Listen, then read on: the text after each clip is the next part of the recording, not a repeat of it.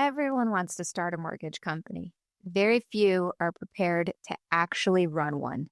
In today's episode, I'm joined by Brian Margolit, co-founder and managing partner of Endurance Lending Group, to talk about what happens after the launch, the leadership decisions, the strategy shifts, and the consistency that is required to survive in a volatile mortgage market. If you're building, scaling, or trying to stay in the game for the long term, then this conversation is for you. Let's jump into it.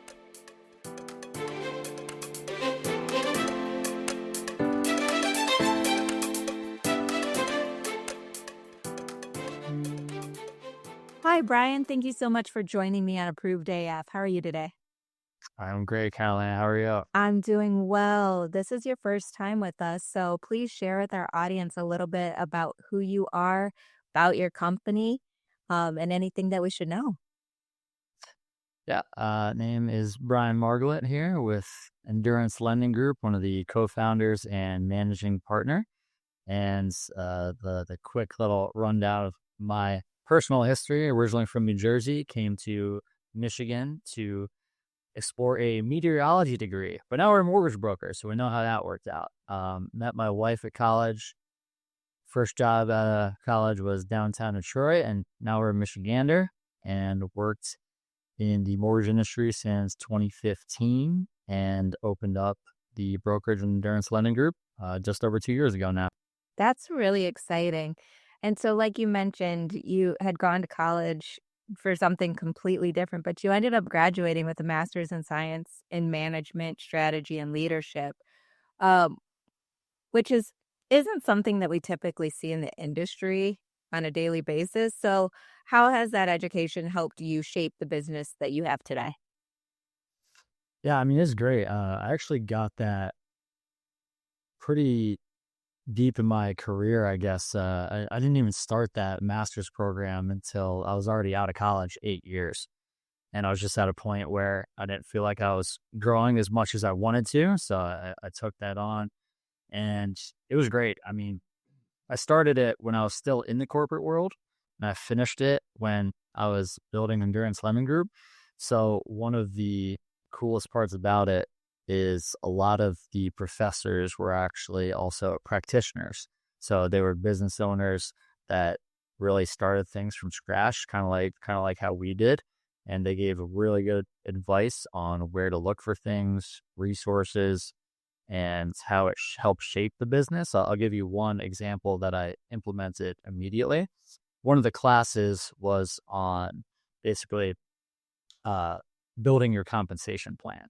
So in the class, we had to do research on competitors in the area and what everybody was doing. And I literally took that compensation plan that I built in the class, and that's our compensation plan today. So it's pretty cool how quickly you can implement something from that. I love that. Really applying it to the real world and utilizing it in your day to day. Very cool. So, walk me through what inspired you to actually start endurance lending, and what was your original thought process when you got it going? Well, the original inspiration was I was at a company where I did love, and you know this probably better than anyone, Catalina, because you look at licenses and sponsorships. A lot of people run what's called the mortgage mile, where they are employed by 5 different lenders within a 2 year span because they can't find the right fit, right? I kind of learned from warning there, and I was like, all right, it's either this company or my own thing, or I'm out of mortgages. Like, that's it. So that was a part of the inspiration. And I was at a point in my career in the corporate world where I love the people, didn't necessarily like the job I was doing. And, we helped brokers build businesses, their sales teams, their ops teams. So in a way, I kind of just wanted to prove myself right. I love that. So, we know that going from the idea, the conception in your mind or on paper to actually executing it, sometimes there can be little gaps between what we think it's supposed to look like and how it actually evolves. So, what were some of those big lessons that you learned or surprises that you weren't anticipating? how much of a headache it was. Like, they say leadership, especially startups, heavy's the crown, right?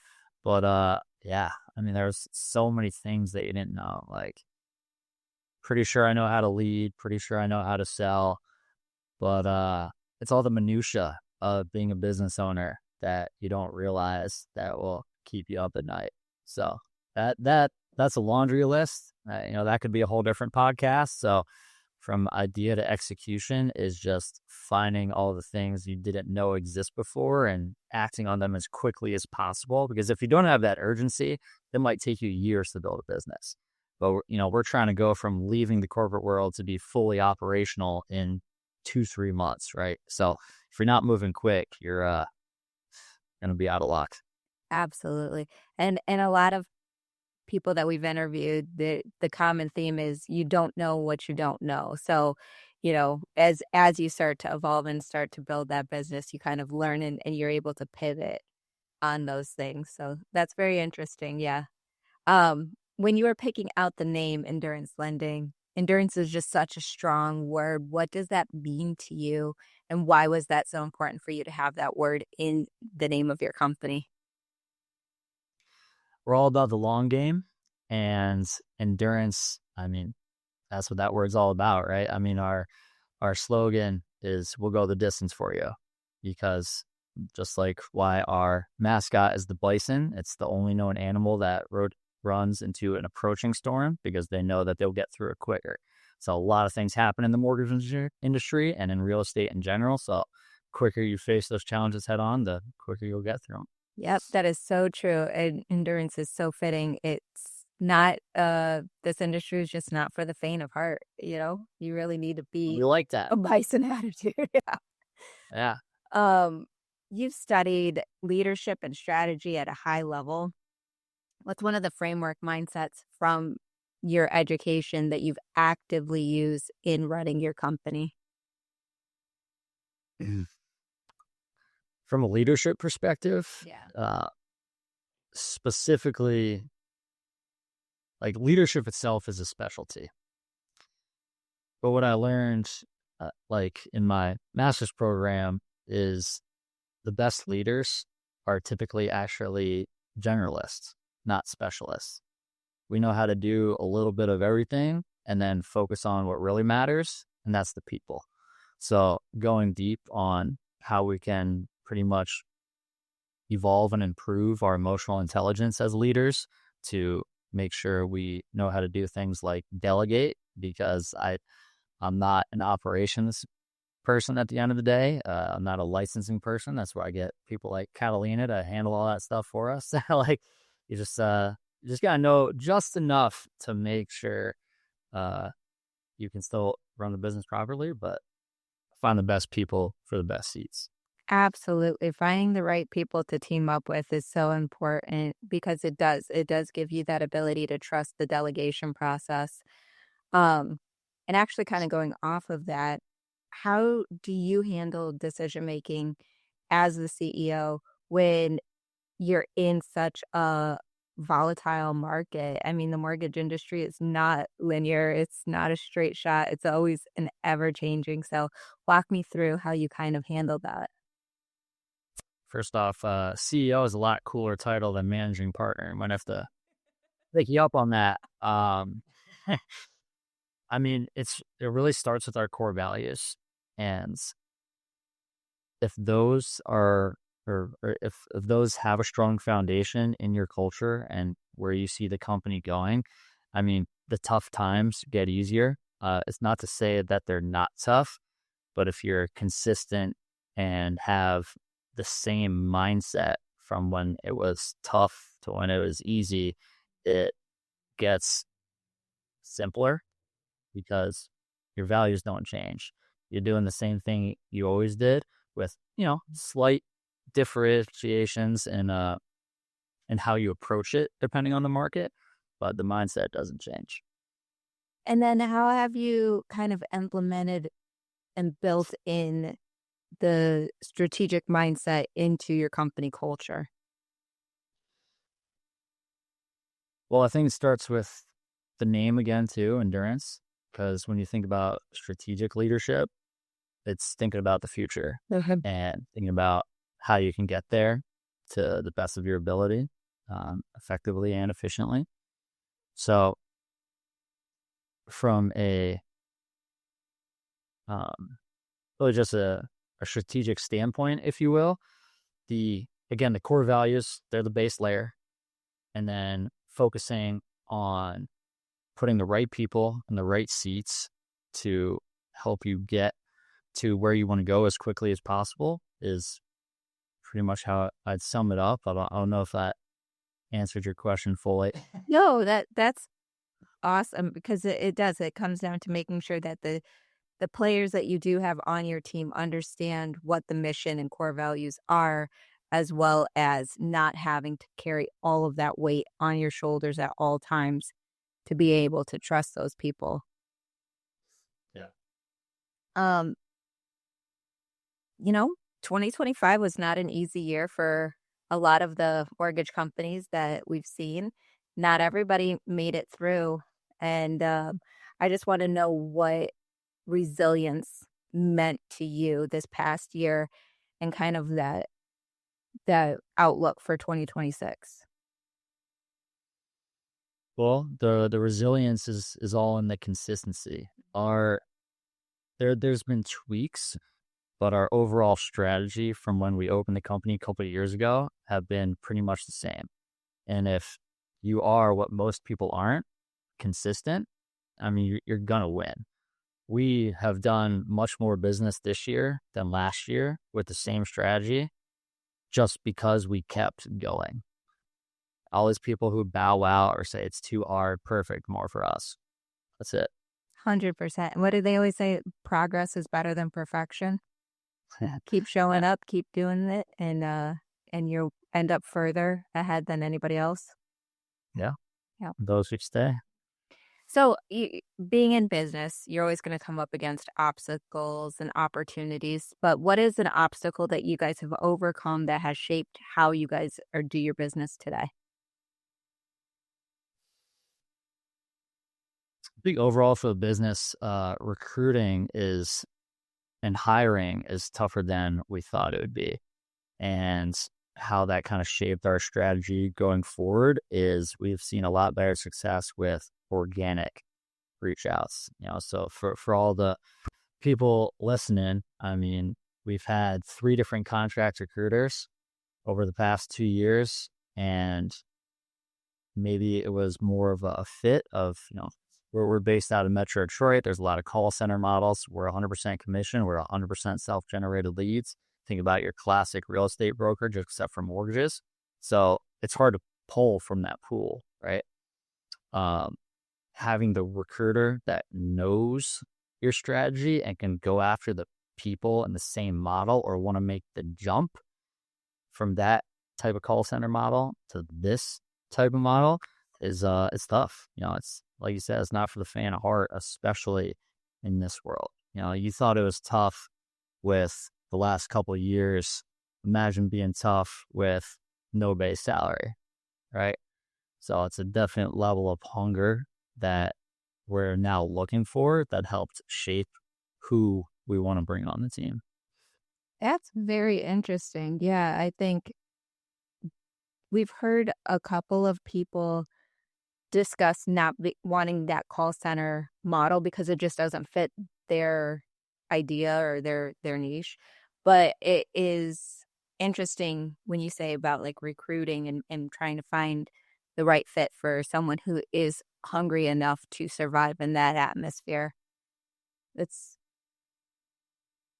when you do that, how do you feel like you can gauge who's going to be successful and who's not at this point? One of my favorite interview questions, not one of it, it is my favorite interview question, is asking what their parents did for a living. And Love that. yeah, so a really good gauge is people who had parents that are entrepreneurs, especially successful ones, right?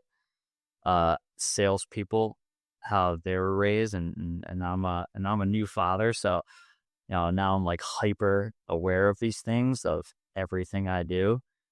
And as much as we don't want to admit it, in most cases, there are exceptions, but we're our parents. And my mom was a business owner. My dad was a business owner. My grandpa was a business owner. My brother, a successful business owner. I had no plans on leaving my previous company and doing what we're doing now. But the more I peeled back my own layers, I'm like, oh, yeah, this is what we do. Yep. So figuring out people who fall into that category of like, yeah, this is just what I do. Those are the people. Very cool. I really like that question. Um, with your team, how do you help them stay motivated and focused when things are not necessarily steady in the market or when things do become really competitive? Because I know you said that you guys did an excellent year this year. Yeah, I mean, I actually got this analogy from someone that I led. So I was her uh, leader, and she gave me this when I was kind of like, man, what's a better way to have our people just realize that they need to focus on themselves to make sure that they can be better for them. And if they're better for them, they can be better for their clients and everything they do for a day to day. So think of it like a pyramid of cups, and you're the top cup. You got to fill yours first so you can outpour into everyone else. You can't take from your cup to fill someone at one of the other layers, because then you're going to empty out, right? You just have to fill your cup first. So staying motivated in those, we're big on personal and professional goals, and I hold our people accountable to those. And in their personal goals, a lot of them have, hey, I want to eat healthier. I want to go to the gym X amount of times per year. I want to buy an investment property, whatever it is. We're making sure that their cup is filled to do those things first, because when they feel fulfilled, they help their clients way better. I 100% agree with that. You cannot fill from an empty cup. Absolutely. Um, I re- do you find that knowing the personal goals of your team members is helpful in making their professional goals, or that the two correlate in any way? Oh, 100%. When everyone tells me, or when anyone tells me that they're not a goals person, you're a liar. So I'll give you a good example. Had a guy that we talked about goals with. He's like, okay, so I just need to make this much to have all my bills fulfilled. Okay, so that's a goal, right? So Yeah. let's call it what it is. That's a goal. You want to make that much, and then what we do is just peel that back. So hey, how many calls does it take to get there? What's your conversion rate? If we're talking about specifically on those, right? So if that, to answer your question on how do they tie in, that personal goal does not get hit. I mean, that's an easy one, right? I'm going to make X per month or per year. That doesn't get hit unless you're doing your other professional goals. If you're not making whatever, 50, 70, 100 calls a week, that's not going to get hit. So by doing your professional goals, you will hit your personal goals. And it works the other way too. Like we just talked about the cup. By hitting your gym goal, by going in the morning instead of the night, you're taking care of yourself first. When you can take care of yourself first, you can then take care of the other people in line. Yep. Yep. What are some systems and habits that you have that help you keep your business steady? So I heard this quote the other day. I really like it. You don't rise to the level of your goals, you fall to the level of your systems. So you got to set a baseline of how bad of a day you can have, right? So if on your worst day, you're still making 10 calls or you're meeting 10 new people, whatever it is, then you know that you're still going to grow because you're hitting your base. So a system that we specifically have, luckily I was in a company that had phenomenal training, and I was on the wholesale side where we called brokers to deliver value every single week. That's our number one strategy on how to win realtors, referral partners, CPAs. We got divorce attorneys. We got a lot of financial advisors, right? We're following up bare minimum bi-weekly or monthly, depending on their production, with a value add. And in our world, very few people are doing that. So I have realtors tell me all the time, and our people all the time. Shout out to my girl, Courtney. Hey, she's giving me a value add every single week, every other week. Like, I'm growing because she's giving me the tools on how to grow. And that's something that the call center model does not provide in our world as a broker. Yeah, They might- that it for a lot of the call centers, it becomes more transactional than relational, and building back into the people that are building into your company and the relationships that and partners that you're working with is just so deeply personal and relational. That's very cool. For a newer company owner that is listening in today, what is one small move that pays off big when building for long-term success? One small move, delegate your licensing to Catalina. Whoop, whoop. Like, unintentional commercial for you guys. Like, licensing is a big but small thing. Obviously, you need license to write loans, right? And be in business. But man, that was like one of the biggest headaches ever. And again, going to put the right people in the right seats again. At the end of the day, yes, I'm a leader, but I'm a sales guy, not an ops guy. So my co-founder was a phenomenal, compatible partner because he made up for the skills that I lacked in Excel sheets and, QuickBooks as a small business, right? The operational things that help us stay lean and mean is very valuable. Oh, 100%. And I think that you and I have been working together for pretty much inception. And Yeah, almost all the time. Yeah. yeah, I We didn't get North Carolina with you, which is the biggest regret because North Carolina was the worst. It was the worst. It was the worst. yeah, if we can make it streamlined, and easier for you guys, that's definitely our goal. But I I think you guys participate in our monthly licensing management program, and in that you're able to reach out to us whenever something pops into your inbox and you're like, "Hey, is this being handled? Is this spam? Is this, legit?" And I think I really enjoyed that aspect of our working relationship together because it feels like that is a, low hanging fruit that I'm able to give you guys that quick win of like, "Yep, don't worry about it. We're handling it," or like, "Yeah, that's spam. Don't worry." Yeah, that's huge. Just to know that with what you guys do, with what Matt, my co-founder, Yeah. does, just to say like, hey, you got this, and have full trust that you do. It's the best. Uh, what is one operational tip or a leadership habit that has changed the game for you? I mean, leadership habit. Um, Go back to the cup analogy. One of the things that I do to fill my cup is I'm listening to podcasts every single day. I go to the gym and I podcast every single day. So like I'm just pulling inspiration. I'm not the most creative guy. Uh, there's a guy named Alex Lieberman who is the founder of Morning Brew. If anybody's heard of that. And he says there's two categories of people. There's play stealers and there's play creators. Yeah, like me, Matt created Endurance Lending Group and all that. But at the end of the day, like I'm a play stealer.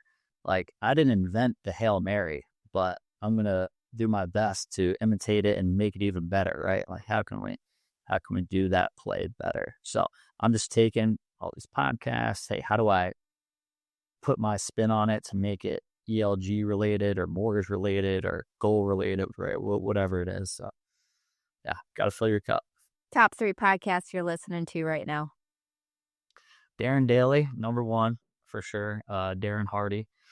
Number 2, classic Bigger Pockets. Me and Matt are both real estate investors, so we're all over that one.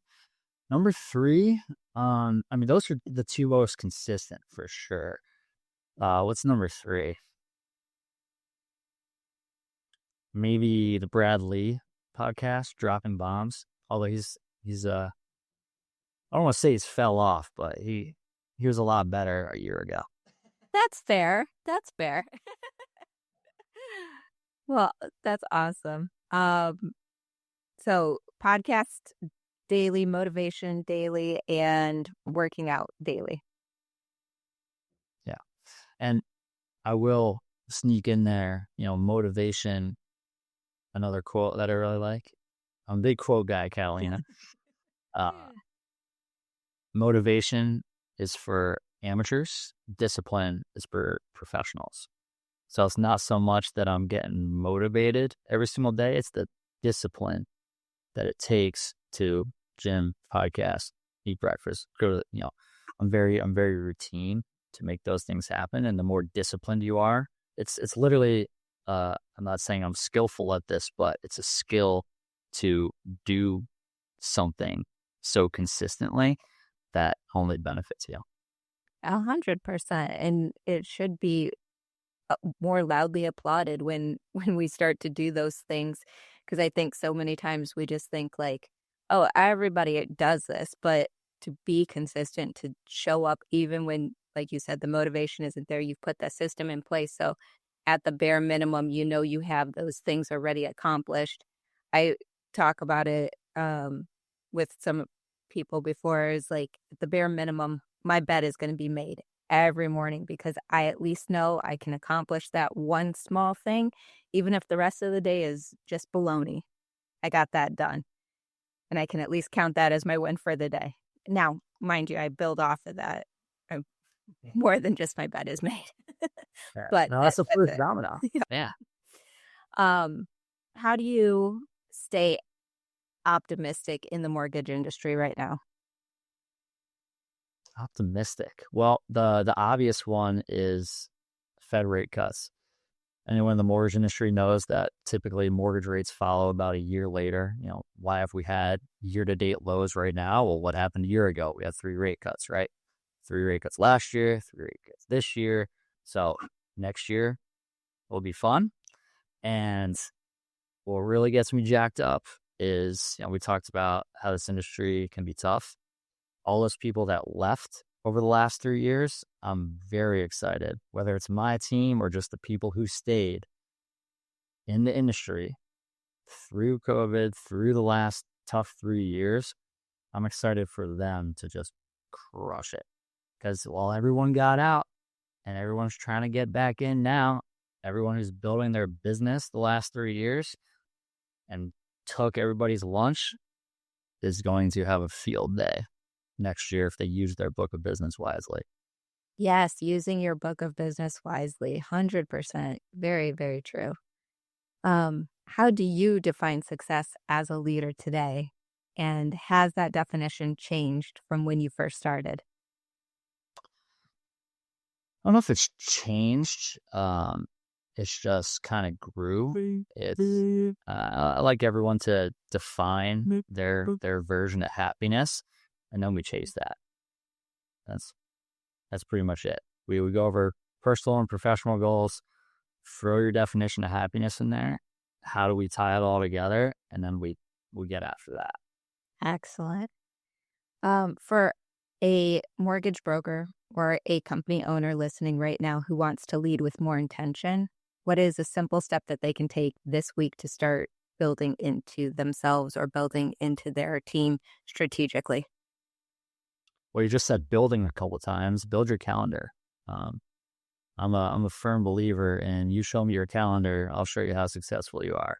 So if you don't have intentional things built out, like blocks for calls, blocks for meetings with your people, blocks for podcasts, like whatever it is, every second of the day should be filled ideally.